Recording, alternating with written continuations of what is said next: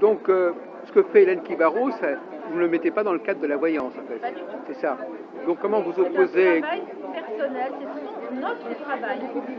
Elle nous guide quelque part pour faire un travail. Elle nous a donné une méthode, on n'a plus qu'à l'employer, c'est tout. Mais parfois, les voyants, ils font ça aussi. Enfin, il ne faut pas opposer... Alors, je ne critique pas les voyants. Les voyants peuvent être un bon thérapeute, ils peuvent accompagner des gens. Il y a des... Moi, je parlais de la voyance seule. Là, ici, on a énormément de thérapeutes. Ils sont médiums, ils sont thérapeutes, ils vont vous donner des... Ils vont vous aider, oui. Mais pas... Le voyant seul sert à rien. Mais le voyant seul, je dis qu'il peut aider parce que le voyant seul, si quelqu'un va le voir, c'est quelqu'un qui est peut-être dans le désarroi. J'ai peut-être de la chance de ne pas être dans le désarroi aussi. Je l'ai été, hein, et là, à ce moment-là, on va un peu partout.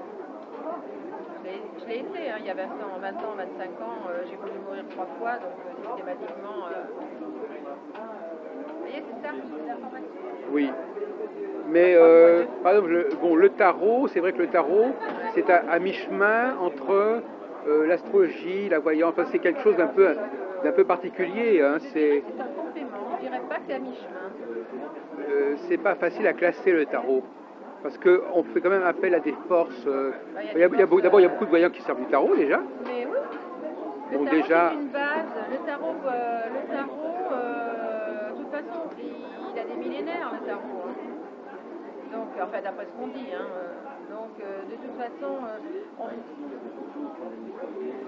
ça aide quand même. Hein. Le voyant, il se sert du tarot pour expliquer un peu le chemin. Si on tire des épées, si on tire du bâton, si on tire de la coupe, c'est totalement différent. Il sert aussi bien aux voyants qu'à vous, quelque part. Oui. Tout à fait. La seule chose, c'est qu'eux, ils n'ont pas la phrase que nous avons. Donc nous faisons intervenir notre verbe. Alors que quand on va vers un voyant, il prend le tarot, le même, on peut dire, mais c'est son verbal. Eux, ils sont passifs et vous êtes plus actifs. Voilà c'est tout. Effectivement, c'est un grand débat.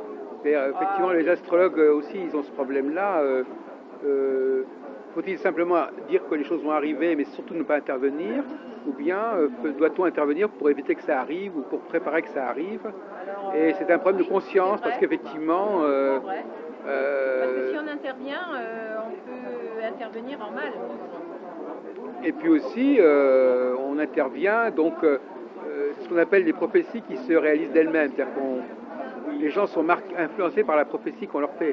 Donc ça, c'est ça, le voyant, c'est ça. Il vous fait mais de toute façon, dans tous les domaines, vous aussi, vous pouvez être influencé. Dès qu'on dit quelque chose à quelqu'un, quelque part, on enclenche déjà un commencement de réalisation. Oui, mais nous, on va au bout après. C'est ce qu'on appelle la force de suggestion, la suggestion. Alors la suggestion, elle peut intervenir seulement quand on est en cours avec Hélène. Après, la suggestion, c'est la nôtre, donc ça revient toujours au même. Cette baguette magique, c'est nous qui l'avons. C'est la méthode Coué aussi. Hein, je dis souvent que c'est la méthode Coué, mais la méthode Coué, elle est un peu améliorée quand même. Oui, c'est ça. De toute façon, la méthode Coué, elle a donné ses preuves. Hein. Ben oui, finalement, c'est vrai, quand on y pense, c'est un peu ça. Les gens formulent des choses. Comme la loi d'attraction, elle a donné ses preuves aussi. Hein. Ouais. Alors maintenant, on commence à dire la loi d'attraction, il faut faire attention. Moi, j'entends des fois des choses. Et pourtant, hein? Oui. Mais c'est vrai que finalement, il n'y a pas de. C'est pas si facile de faire de. De même que par exemple, là, j'ai parlé avec des guérisseurs. Ben maintenant, les guérisseurs, ils font de la psychologie. Hein? Alors, les frontières, les cloisons, elles sautent. On passe du soin du corps au soin de l'âme. Vous pensez que c'est intéressant de travailler aussi sur les douleurs physiques pour dégager aussi des choses. Oui. Moi, j'ai des douleurs. Je travaille avec l'EFT, par exemple. L'énergie, je me rappelle plus ce que moi je connais pas, oui. Mais c'est quelque chose de très puissant. Je suis debout maintenant, bien. Je peux rester tout un salon. Oui, comme... Et donc ça aide beaucoup. Mais ça sert, c'est notre subconscient qui nous aide. On lui envoie le message, etc., etc. Donc en fait, moi je trouve que c'est un peu lié tout ça. Et il faut quand même toujours travailler sur ça. On aille voir un guérisseur, comme ça, le tarot, n'importe. Moi, je suis ouverte à tout ça, de toute façon. Mais de toute façon, on ne peut jamais faire des prévisions absolues. Hein. Il y a toujours une... Il y a la marge d'erreur. Hein, oui, et puis aussi des choses qui sont générales et qui ne peuvent pas aller au-delà d'une certaine précision. Bah oui, les premiers temps, quand on était dans un atelier, je me rappelle, une fille, elle avait demandé, elle voulait un château, elle voulait absolument lui donner un château. Bon, ok, cette fille, elle a obtenu le château. Moi, je suis arrivée au moment où elle a obtenu le château, mais elle n'avait pas l'argent pour entretenir le château, elle ne l'a pas gardé. Vous voyez un petit peu le truc. Ce que vous demandez, il faut faire attention. Et oui. Et on dit parfois que c'est pas forcément un cadeau d'obtenir ce qu'on voulait. Exactement. Moi, je dis, j'obtiens ce que je veux au moment où c'est le meilleur pour moi.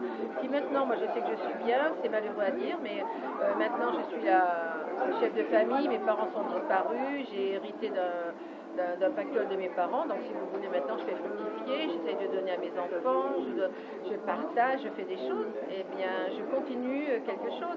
Alors, on pourrait dire, maintenant, bah oui, toi, t'es bien parce que tu as eu un héritage. C'est faux. C'est quand même parce que je suis là, j'aurais pu le bouffer, mon héritage. Vous voyez un petit peu, c'est ça?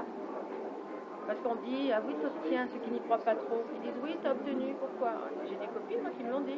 Celles qui sont très réfractaires à tout ça. Oui, c'est parce que t'as eu tes parents avant. Oui, ok, j'ai eu mes parents avant, mais il y a quand même ma foi et ma force à moi. Vous voyez? C'est... Oui, oui. Faut être quand même... moi, je suis assez arrondie dans les affirmations, dans tout ça, je crois. Et qu'est-ce que vous pensez, Marie-Josée, est-ce que vous pensez ce qu'on appelle le karma collectif ou le destin collectif? Est-ce qu'on peut, parce que là on parle beaucoup du cas individuel, mais comment on pourrait faire pour la France ou pour une ville ou pour... Nous, ce qu'on faisait avec Hélène, c'est dire justement des phrases. Dans le groupe, on essayait de sortir, par exemple, une phrase commune qu'on essayait de dire pendant 21 jours. Là, ça peut aider. Toujours avec notre verbe. Ah, en commun, d'accord, oui. Un groupe de prière, en quelque sorte. Voilà, des groupes de prière. Vous savez, par exemple, à 18h le soir, on sait très bien que le monde entier à 18h peut se brancher pour justement faire lancer quelque chose de positif. Le Ho'oponopono, c'est un peu ça. Hein. Ah oui. Vous en avez parlé tout à l'heure. J'ai interviewé des gens qui ont fait... Je le pratique aussi, oui. Et donc ils le disent dans le petit bout, chacun a son bouquin. Monsieur Soucier, notamment, voilà. Oui. Donc c'est formidable. Quels sont les 4 mots déjà du Ho'oponopono? Pardon, merci, je t'aime, désolé. Alors, désolé, pardon, merci, je t'aime. Vous l'avez pratiqué, ça aussi? Moi, dès qu'il y a quelque chose qui ne va pas, les 4 mots, je les dis. Hein. Oui, je le pratique, parce qu'avec l'EFT, ça marche bien. D'accord. Voilà. C'est quoi le RT? Vous ne savez pas ce que l'EFT, c'est un traitement d'acupressure sur des zones de méridiens, sur des méridiens, si vous voulez. Donc, c'est exactement comme la pensée positive, votre message. Vous commencez à nettoyer le message négatif que votre corps vous lance pour arriver à un message positif, c'est tout. Alors, bien sûr, il y a tout un tas de grands pontes américains qui ont découvert ça au Canada et tout, puisque c'est eux quand même les plus branchés là-dessus. J'ai pas compris. L'idée, c'est de transformer, de renverser? D'appuyer, de ne pas se flageller parce qu'on a quelque chose de négatif, une douleur ou n'importe. Et on appuie sur des points particuliers. D'accord, oui. Ah oui, ce qu'on appelle le travail sur le visage. Et après, on termine avec je me pardonne et je m'aime énormément pour justement arrêter ce négatif pour le transformer en positif. Le Ho'oponopono marche aussi avec ça. Vous voyez, tout est lié, tout ça. Vous savez, le tarot, je l'ai commencé comme ça. Avant, j'en pratiquais pas. Après, maintenant, je suis venue à ça parce que je pratique aussi du Reiki, qui travaille sur les énergies. Vous voyez, il y a plein de choses. Après, on est ouvert à plein de choses. Voilà. Merci.